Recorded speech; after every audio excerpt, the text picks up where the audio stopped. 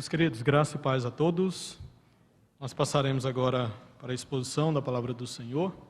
Para isso eu convido a todos que abramos juntos a palavra do Senhor no texto do Salmo de número 123. Nós daremos nessa noite continuidade à nossa série de exposição nos Cânticos de Romagem. O tema da nossa série é Peregrinos em Adoração.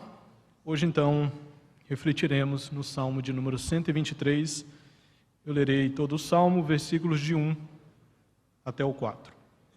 A ti que habitas nos céus, eleva os olhos, como os olhos dos servos estão fitos nas mãos dos seus senhores, e os olhos da serva na mão de sua senhora, assim os nossos olhos estão fitos no Senhor, nosso Deus, até que se compadeça de nós.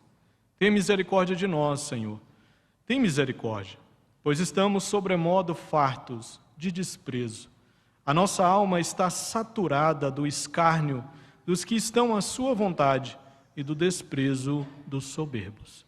Vamos orar mais uma vez, rogando agora a bondade do Senhor para falar conosco através da Tua palavra. Senhor Deus, nós rogamos a Tua graça, a Tua misericórdia mais uma vez. Agora, Deus, para falar conosco. Lemos a Tua palavra é a revelação da vontade do Senhor para nós, é a revelação daquilo que o Senhor tem feito no decorrer da grande história da redenção. Nós carecemos, ó Deus, da instrução que vem do Senhor, da correção, por isso prepare o nosso coração, ilumine a nossa mente com a ação do Espírito Santo para que possamos compreender a Tua palavra. E que uma vez compreendida, Pai, nós estejamos dispostos a colocá-la em prática na nossa vida, para a honra e glória do Senhor. Fala conosco, ó Deus, por meio da Tua palavra, é a nossa oração, no nome de Jesus. Amém. Meus queridos, nós estamos diante do quarto salmo dessa coletânea, conhecida como Cânticos de Romagem, ou Cânticos de Subida, ou Cânticos de Degraus. Essa coletânea vai do Salmo 120 até o Salmo 134. E provavelmente o Salmo 123 foi escrito em um período pós-exílio babilônico, período de Esdras, ali, período de Neemias, quando o povo de Deus retorna para Jerusalém e enfrenta uma grande hostilidade na reconstrução daquela cidade. Esse salmo, ele se parece muito com o Salmo de número 121, espelha bem aquilo que o salmista pede, ora ao Senhor no Salmo 120, e a diferença dos dois está apenas no foco que cada um oferece. O Salmo 120 oferece um foco na capacidade de Deus de resgatar, enquanto o Salmo 123 concentra-se na misericórdia de Deus. Ele apresenta um clamor ao Senhor e o foco especial desse clamor está na misericórdia do Senhor. Essa coletânea de salmos de romagem apresenta um belíssimo progresso, deixando claro para nós que esses salmos não foram colocados assim aleatoriamente como eles aparecem para nós nessa ordem. Sequencialmente, se a gente perceber, eles vão fundamentando a peregrinação e a aproximação daqueles que caminhavam para Jerusalém, para aquelas 3 festas anuais ali, para então juntos, como povo do Senhor, adorar e oferecer sacrifícios ali. Eles iam para a festa de Pentecostes, para a festa dos tabernáculos e para as festas dos pães asmos. Eles se reuniam ali como as tribos, juntavam-se ali como o povo do Senhor, e ali então eles adoravam ao Senhor. Se a gente perceber, há uma sequência, um progresso dentro desses salmos, mostrando para nós a saída e a chegada até Jerusalém. Portanto, trata-se de salmos que têm um rico vocabulário de viagem.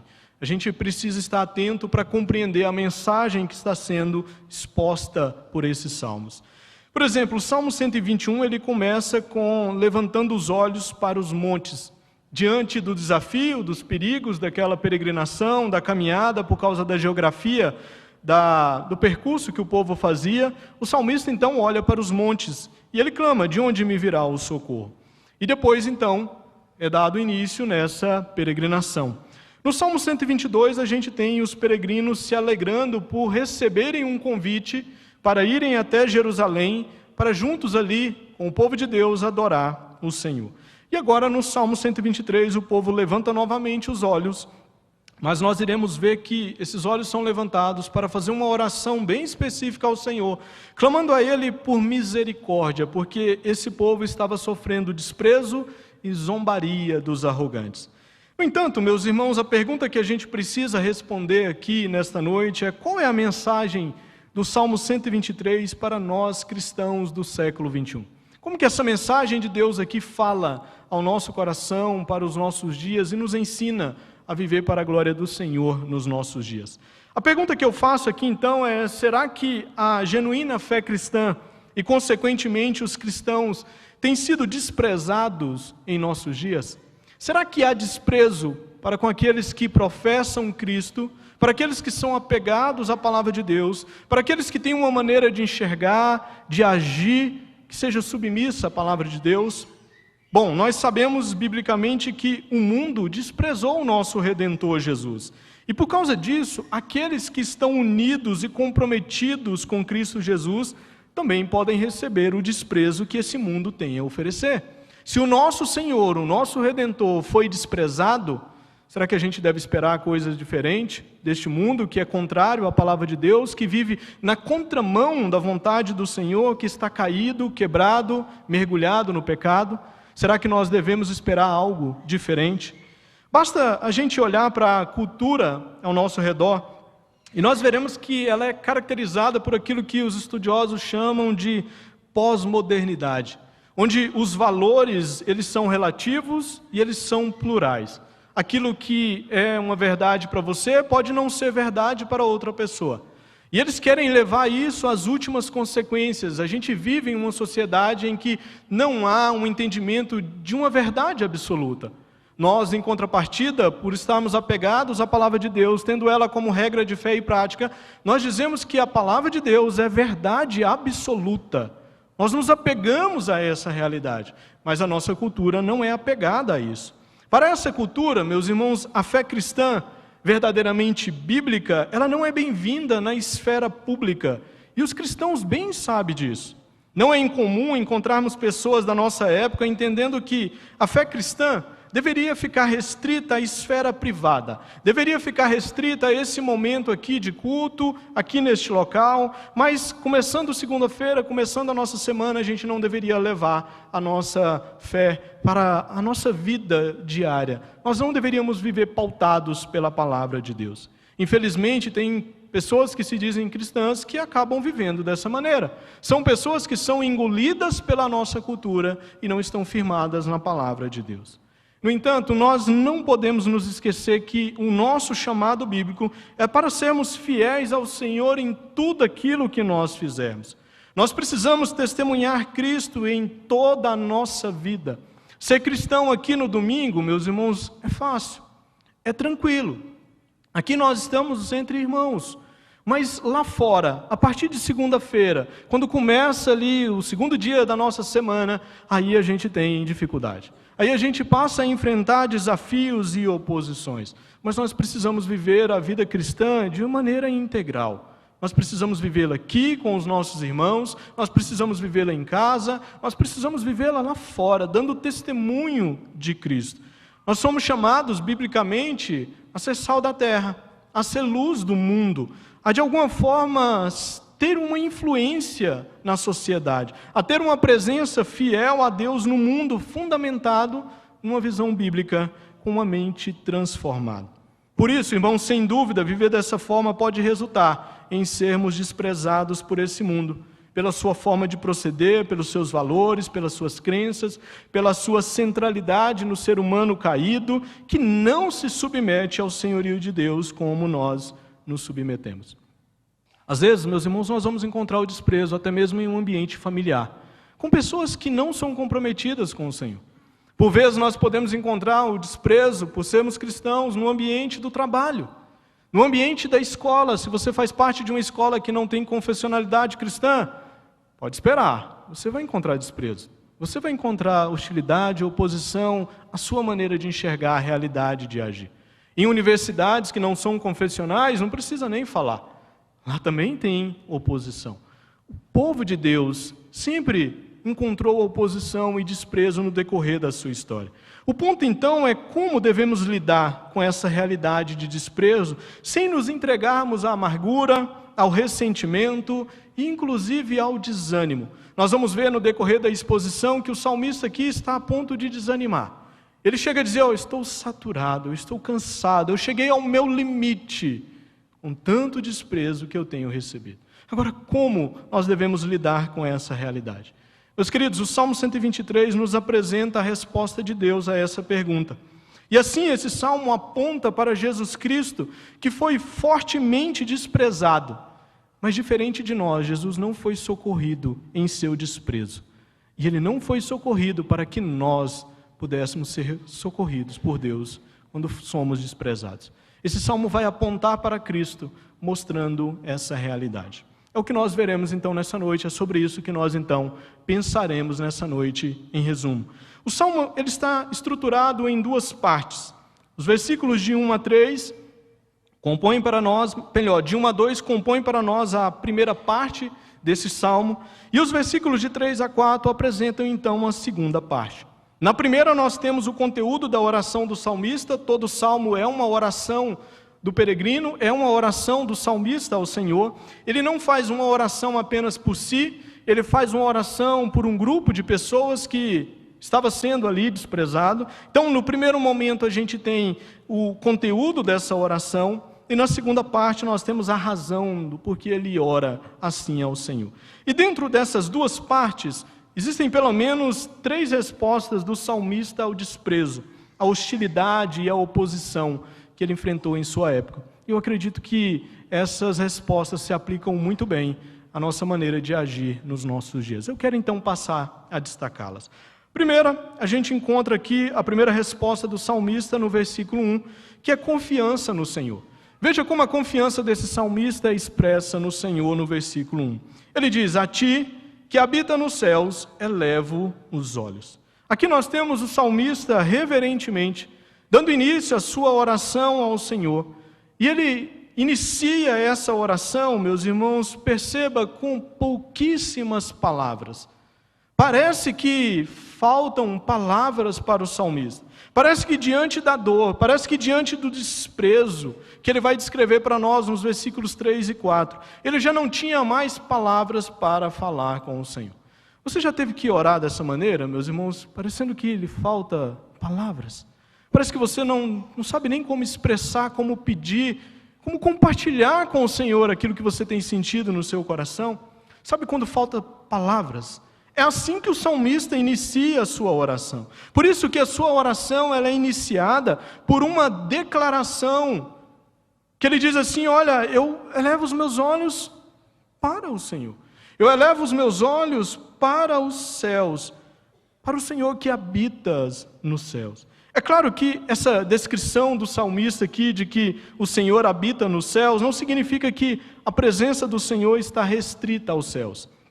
O que nós temos aqui é uma ênfase do salmista que revela a confiança do seu coração no fato de que Deus está governando, no fato de que Deus é Senhor dos céus e da terra.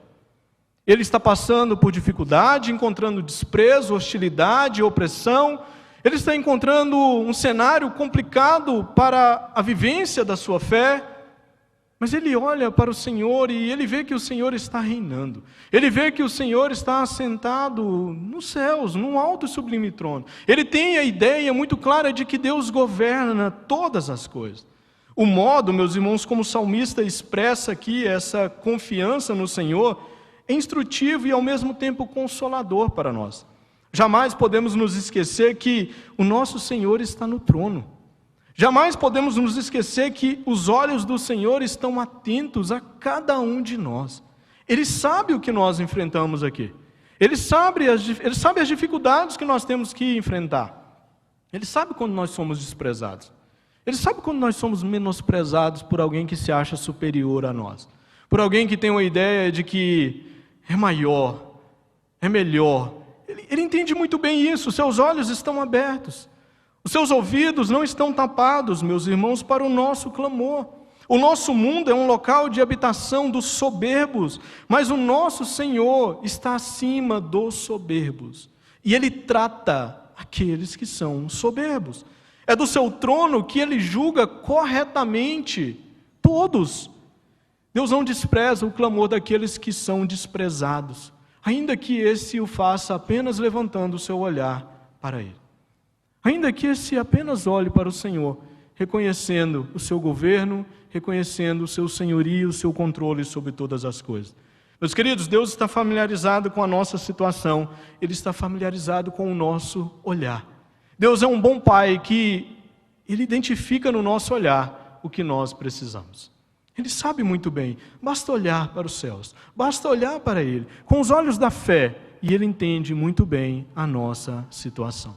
Quando nos faltam palavras em oração, a gente pode fazer esse exercício de, com os olhos da fé, olhar para o Senhor, com confiança de que Ele está no controle da nossa vida. Por qualquer que seja a situação, Ele está conduzindo a nossa vida. Ele é o Senhor da nossa vida. João Calvino, comentando esse salmo, destaca que quando o povo de Deus sofre oposição, desprezo ou qualquer tipo de dificuldade neste mundo, é preciso lembrar que o poder de Deus perdura no céu com infinita perfeição.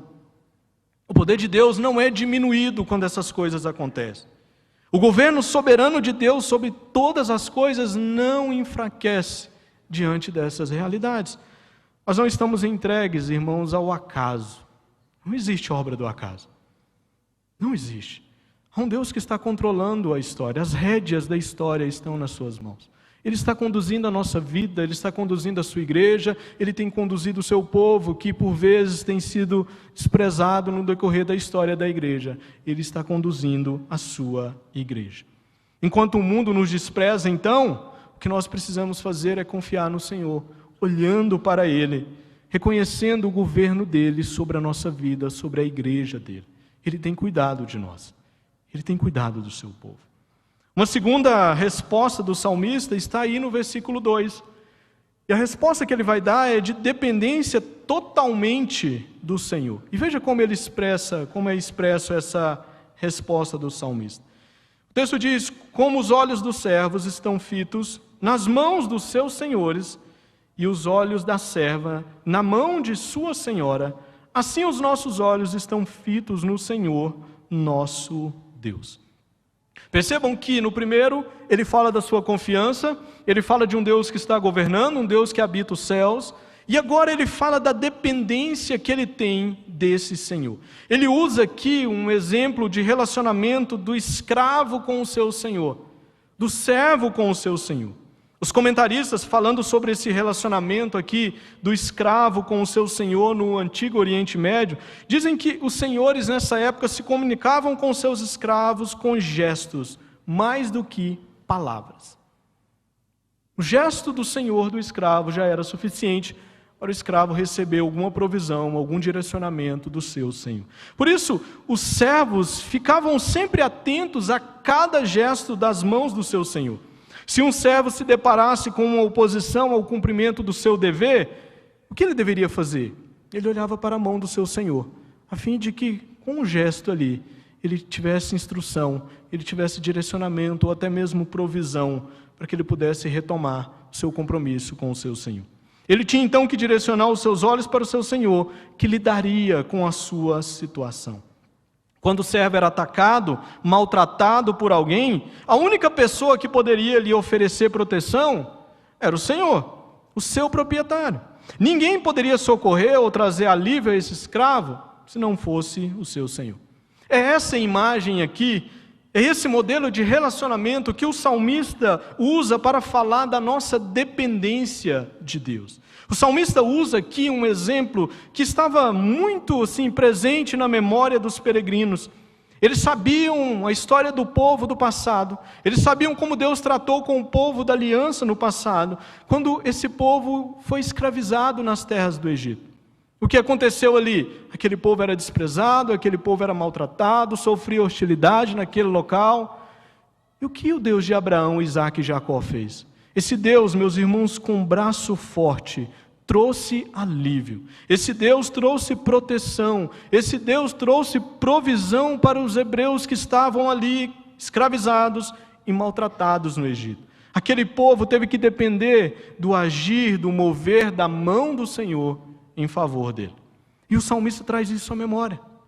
Olha para a relação do escravo com o seu senhor. Veja a dependência do escravo para com o seu senhor. Assim nós dependemos também de Deus. É interessante que essa realidade aqui de total dependência, ela também está presente dentro da perspectiva cristã. Não apenas desse pensamento do mundo antigo. Em Jesus Cristo nós somos libertos também de uma escravidão, irmãos. Nós éramos escravos do pecado. O Senhor Jesus veio, entregou a sua vida, se doou por nós para que nós fôssemos libertos da escravidão do pecado. E agora nós temos um novo Senhor. A linguagem do Novo Testamento para servo é de escravo. Nós somos escravos de Cristo. As nossas Bíblias trazem a tradução como servo como um eufemismo, para trazer uma espécie de um abrandamento para nós. Mas no original a ideia lá é de escravo mesmo. Nós somos escravos de Cristo. Só que agora tem uma diferença, irmãos. O nosso Senhor foi aquele que doou sua vida por nós. O nosso Senhor foi aquele que nos tirou do império das trevas e nos transportou para o reino da sua luz, para o reino do seu amor. Nós temos agora um bom Senhor.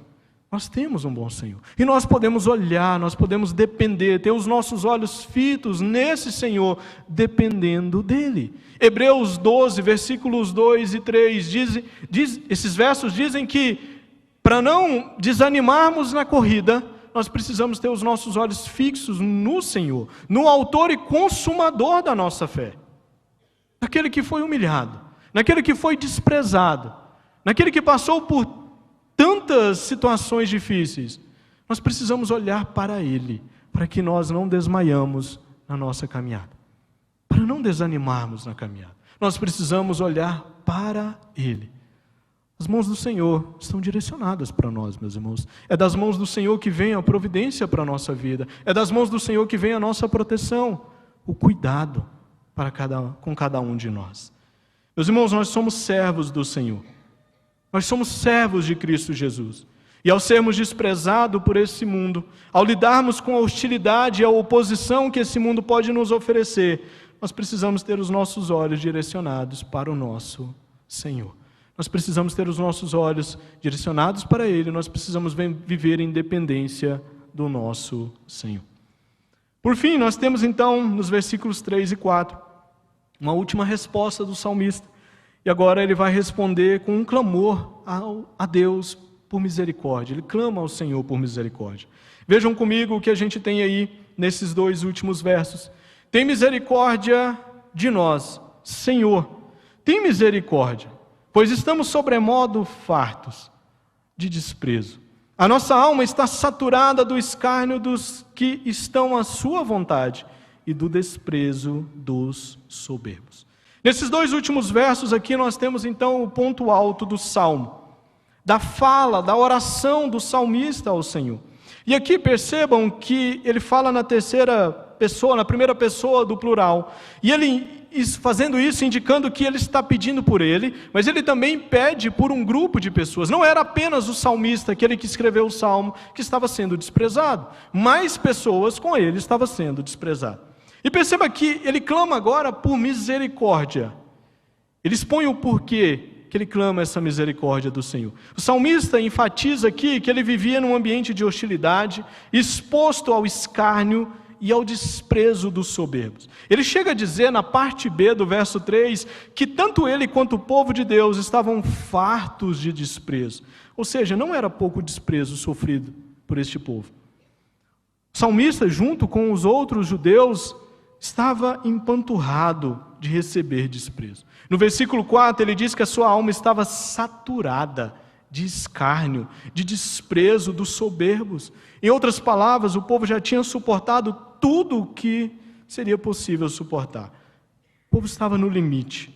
E aí, queridos, os comentaristas entendem que o contexto desse salmo ou se refere ao povo que está na Babilônia cativo, ou se refere àquele povo que sai da Babilônia e chega nas terras de Jerusalém com a missão de restaurar a cidade. Nós sabemos que o fim do cativeiro babilônico aconteceu com a chegada do rei Ciro, persa, que foi colocado no poder como um próprio servo do Senhor. Ele baixou um decreto permitindo que os judeus retornassem a Jerusalém, para que lá eles pudessem restaurar e reconstruir aquela cidade. Os muros deveriam ser reconstruídos, o templo deveria ser reconstruído, mas o que aconteceu quando esse povo chega ali? Vocês se lembram dos capítulos iniciais de Esdras, de Neemias, a oposição que esse povo recebe? Muitos viraram para eles dizendo: olha, vocês acham mesmo que vocês vão construir novamente esses muros? Vocês acham mesmo que vocês vão dar conta de construir o templo? Vocês acham mesmo que vão conseguir fazer isso? Havia um desprezo, um menosprezo por esse povo que chega ali. Por isso, meus irmãos, a descrição do salmista é de que eles estavam cansados com tudo isso. Mas vejam que há um belíssimo ensino aqui para nós. O que o povo faz diante do cansaço desse desprezo? Eles pagaram mal com mal? Revidaram? Foi isso que eles fizeram? Não, meus irmãos, eles oraram ao Senhor. Eles clamaram ao Senhor por misericórdia. É assim que o povo de Deus age. Quando é desprezado, quando é perseguido, quando é humilhado, esse povo clama ao Senhor. Clama aquele que está no trono, governando todas as coisas. Clama aquele que tem as suas mãos direcionadas para a sua igreja, para agir em prol da sua igreja, providenciar o que é necessário para a sua igreja. Esse povo clama a misericórdia do Senhor. Deus olha para a miséria do seu povo, para a condição do seu povo diante de um cenário como esse, e Ele age de maneira cordial, meus irmãos. Ele é o Deus de misericórdia. O nosso Senhor, Ele está num trono de graça.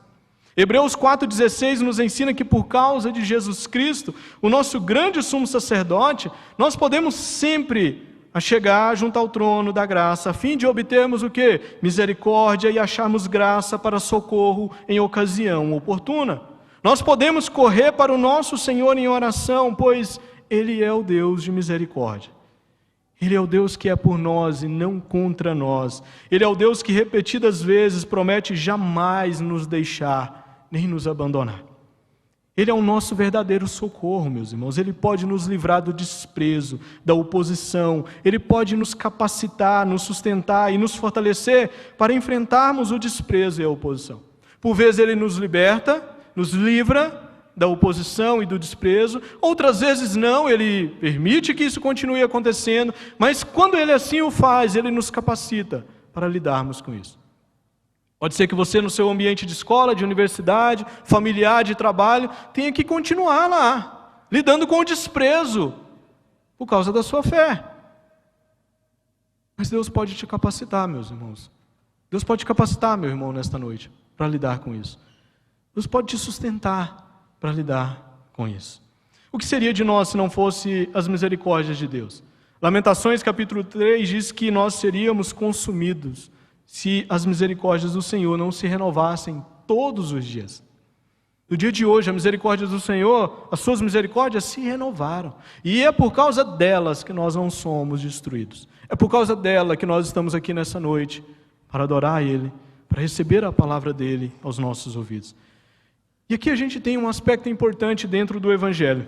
A boa nova do Evangelho de Jesus nos ensina que Ele sofreu humilhação e todo o desprezo que esse mundo pode oferecer em nosso lugar, para que nós encontrássemos em Deus misericórdia, socorro para a ocasião oportuna. Isaías 53 chega a expressar de modo muito vívido como foi o desprezo que Jesus sofreu.